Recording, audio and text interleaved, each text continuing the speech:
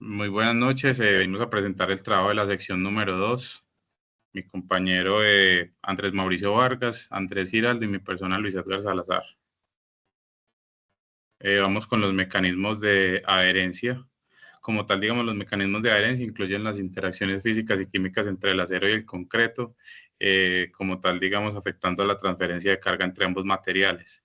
Este mecanismo es esencial, digamos, para mantener estructuras estables y pues asegurar la calidad de, como tal, de este material. Bueno, referente a los mecanismos de adherencia, estos se agrupan en dos categorías, físicos y mecánicos. Aquí podemos observar una tabla donde están las categorías ya mencionadas. Se describe el mecanismo y la sensibilidad de la carga. Podemos notar que hay un mecanismo que está señalado en negrilla en el acuñamiento, que es el más importante de todos, ya que es el más resistente, el que puede controlar entre el 60 y el 80% de la resistencia máxima al corte. Continuemos, por favor. Bueno, siguiendo con el tema de la adherencia, en cuanto a la parte química, esta se genera, digamos, en los primeros momentos que el hormigón se comienza a fraguar, hay una atracción molecular por los materiales que componen tanto el concreto como el acero. En cuanto al tema mecánico, esta se genera principalmente por las estrías o superficie que presentan las barras que generalmente utilizamos, como podemos ver en el gráfico. Entonces ahí tenemos la fricción que se genera, la adherencia química el apoyo de los resaltes que genera esa adherencia mecánica. Bueno, como tal, acá tenemos los modos de falla, que los modos de falla, digamos, incluyen el despegue local, las fisuras longitudinales y el pull-out total. Pues como tal, digamos, estas fallas se producen por una adherencia deficiente y pues como tal, digamos, requieren tanto de atención en el diseño, así como, digamos, en la ejecución de el vaciado. Estas como tal son el despegue local o el deslizamiento entre el concreto y el acero, la fisuración longitudinal, que es ya debido a que hay un recubrimiento pequeño, el corte en las cuñas, que digamos como tal serían barras excesivamente grandes y que el concreto sea muy débil, y el pull out, que digamos como tal sería en barras lisas o recubrimientos bajos también, y esto generaría como un deslizamiento interno. Bueno, como tal, la longitud de desarrollo del refuerzo. Pues esta longitud de desarrollo mínima, digamos, es necesaria para que la barra embebida dentro del concreto pueda transmitir, digamos, un esfuerzo que sea uniforme mediante adherencia sobre, digamos, todo el esfuerzo total del acero. Como tal, la longitud recibe también el nombre de longitud de anclaje, pues representa la longitud mínima que debe embeberse una barra dentro del hormigón para, digamos, que pueda ser sometida a carga axial de extracción y que falle por fluencia antes, digamos, que por el desgarre del hormigón, que sería pues falla de cortante. Como tal, digamos, los factores que influyen sería el diámetro de la barra, resistencia del concreto, tipo de barra y posición de la barra, condición de la superficie del acero y el confinamiento transversal entre la unión viga-columna. Influencia del tipo de agregado. La forma del agregado afecta la adherencia, entonces, digamos, los áreos angulares aumentan la capacidad de enclavamiento, mientras que los rodados reducen la adherencia. ¿Esto qué quiere decir? Entonces, para lograr que el concreto tenga una buena calidad, necesitamos suministrarle agregado triturado, de modo que este triturado le dé al agregado mayores caras a las que pueda adherirse la mezcla. O sea que la Digamos, recomendación es usar cara fracturada en vez de agregados con superficies redondeadas o de canto rodado, ¿cierto? exactamente. Eso. En cuanto a las localizaciones de las barras, la ubicación de las barras de refuerzo impacta la adherencia. Generalmente se toma un porcentaje adicional para calcular tanto las longitudes de desarrollo como los traslapos para las barras de arriba cuando las secciones son superiores a 300 milímetros. Eso es porque cuando estamos en el proceso de colocación del concreto, generalmente en la parte inferior queda un concreto de mejor calidad que en la parte superior. Entonces, digamos que es como se toma un porcentaje mayor en esas partes de arriba para como cubrir por seguridad ese tema de que se presenta en el concreto, que pierde agua en esa parte de arriba y sufre fenómenos de segregación en algunos casos. Bueno, ¿cuál sería, digamos, la influencia del recubrimiento? Pues digamos que el recubrimiento adecuado evita fisuras longitudinales y mejora la adherencia. Pues un recubrimiento mínimo reduce, digamos, reduce pues la capacidad también del núcleo confinado. Se debe, digamos, considerar los factores de protección y de diseño de la construcción. Pues como tal, digamos, del elemento, porque para lo que nos dice la norma sismorresistente, que para elementos que están en condiciones de apoyo de suelo natural, 7 milímetros, y para otro tipo de elementos son 5 milímetros del recubrimiento mínimo. Pues como digamos acá tenemos una tablita de la norma de sismorresistencia que nos da los recubrimientos mínimos según sea el tipo de apoyo y el tipo de elemento.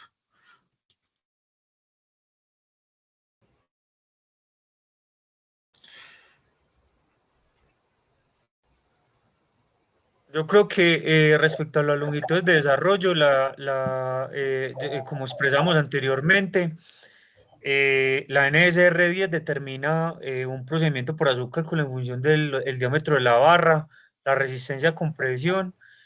Se maneja una ecuación si son barras menores o iguales a la número 6 y si son barras menores o iguales a la número 7, otra. Entonces es importante tener esto en cuenta para el cálculo de estas longitudes de desarrollo, de acuerdo a las ecuaciones que vemos ahí.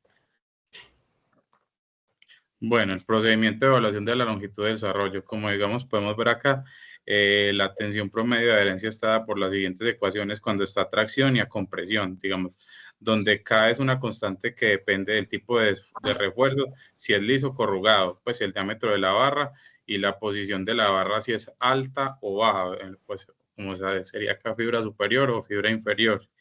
Y pues aquí están, digamos, como tal las ecuaciones para barras a tracción o para barras a compresión.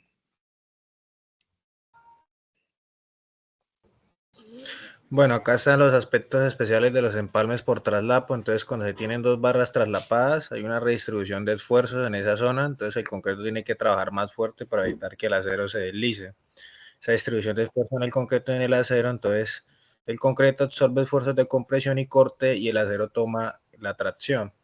En la zona de empalme hay puntos de máximo esfuerzo que deben ser controlados. Según la NSR10, para sistemas sismorresistentes, los empalmes deben estar fuera de las zonas críticas, es decir, de los extremos de las vigas y de las columnas. Se requiere un estribaje denso para mejorar el confinamiento y no se permiten empalmes por traslapo en elementos primarios si el esfuerzo supera el 50% del límite de fluencia. Es importante tener presente que la variación, la adherencia del acero varía por ciertas condiciones en obra también que, digamos, como ingenieros debemos ver que se controlen. Por ejemplo, el tema de la temperatura, el vibrado insuficiente, lo que genera es una concentración de poros dentro de la mezcla de concreto y el exceso de agua. Ahorita vamos a mirar el tema entonces de la relación del módulo de cortante con la relación de Poisson y el módulo de elasticidad de los materiales, ¿cierto? Los materiales estructurales que tenemos principalmente son el acero y el concreto. Entonces, básicamente eso está determinado por una ecuación. La ecuación es la siguiente, como para ir agilizando el tema, donde podemos ver pues como la correlación que hay y cómo pues son, digamos, proporcionales, por así decirlo. Entre más grande sea el módulo de elasticidad, mayor va a ser el módulo, el módulo el módulo de cortante. Y pues entre menor sea también la relación de Poisson, pues va a ser mayor también el módulo de cortante, ¿cierto? Digamos que estos valores para estos dos tipos de materiales ya se mueven por unos rangos específicos porque ya sabemos, digamos, los puntos de acuerdo a la resistencia a compresión o la resistencia a la fluencia, porque valores se puede estar moviendo esto en función de uno estar reemplazando esos valores en la ecuación.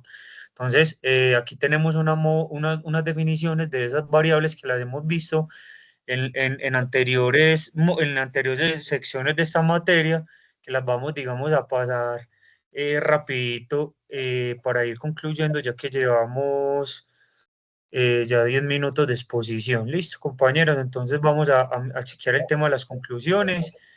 Vamos a mirar entonces, no sé, el Inge Vargas que concluye y el Inge Luis que concluyen acerca de como los aspectos más importantes a resaltar de estos temas que hemos visto.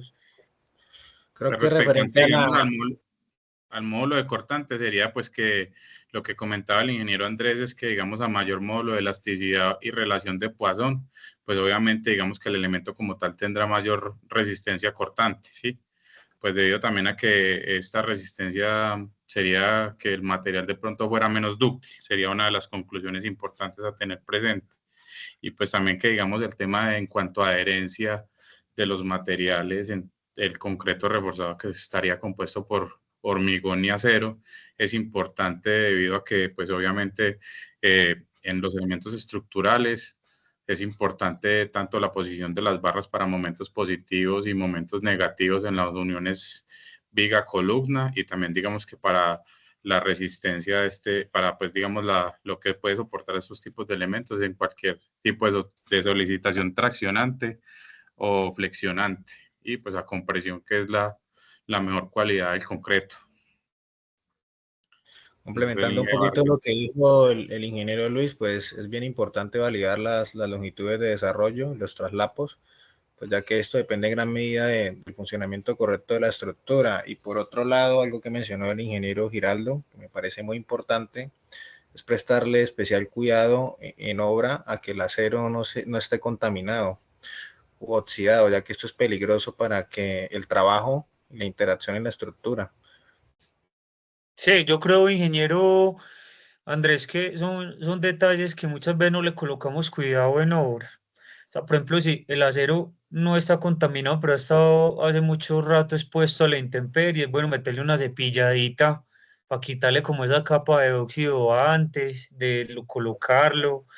O, por ejemplo, otras medidas como si de pronto fue expuesto, por ejemplo, a derrames por ejemplo, temas de gasolina o desmoldantes que se utilizan para la formaletería. Es bueno limpiar o reemplazar esas barras porque no creemos, pero es delicado ese tema de la adherencia cuando tenemos el material, digamos, impregnado de otros compuestos o otros temas que lo que nos hacen es generar, digamos, deficiencia en el comportamiento de la estructura, ¿cierto?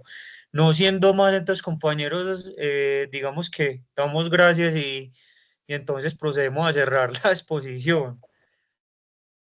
Cualquier inquietud estaremos atentos, ¿cierto? Entonces ahí quedamos pendientes. Bueno, De muchas acuerdo. gracias. Hasta luego. Muchas Gracias. gracias y una feliz noche. Chao.